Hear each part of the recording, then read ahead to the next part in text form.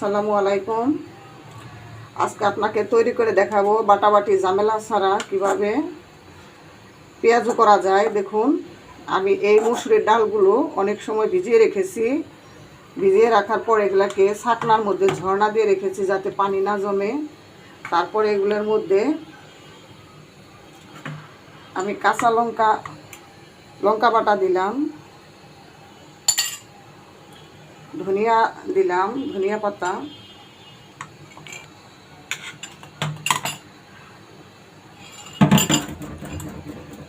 এক চামচ জিরে গুঁড়ো দিলাম,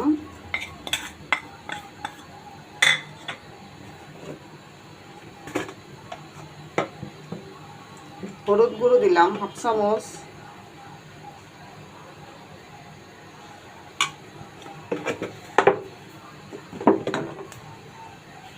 তারপর দিয়ে দিলাম স্বাদ মতো লবণ।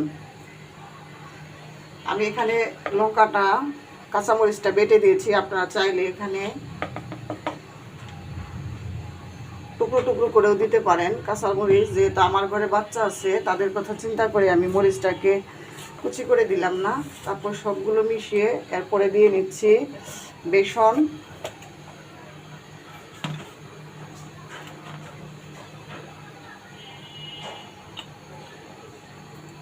দুই চামচ পরিমাণ বেসন দিয়ে নিলাম, বেসনের গুঁড়ো। এরপরে এগুলো আমি সবগুলো একসাথে ভালো করে মেখে নিব।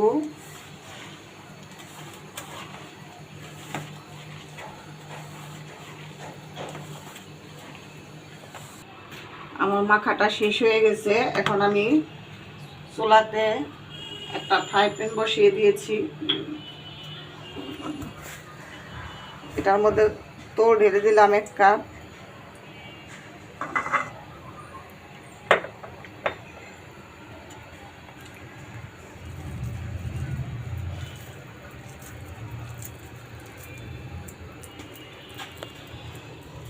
তোলটা গরম হয়ে গেছে। এখন আমি এখানে পেঁয়াজ ছেড়ে দিলাম।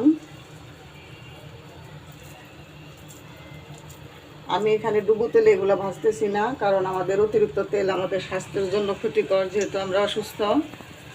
আর এটাকে আমি সরষের তেল দিয়ে ভাজতেছি। আপনারা চাইলে সয়াবিন কিংবা অন্য কোনো তেল দিয়েও ভাজতে পারেন।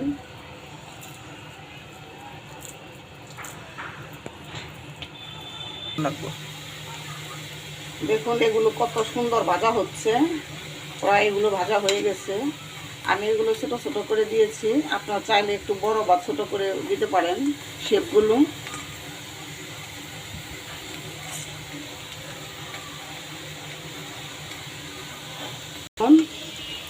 সুন্দর করে এগুলো ভাজা হয়ে গেছে। এখন আমি তুলে নেব এগুলো।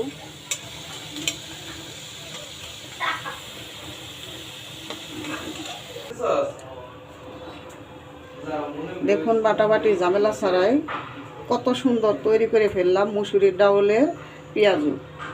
এভাবে আপনারা বানিয়ে খাবেন এবং লাইক, কমেন্টস এবং শেয়ার করে দিবেন প্লিজ।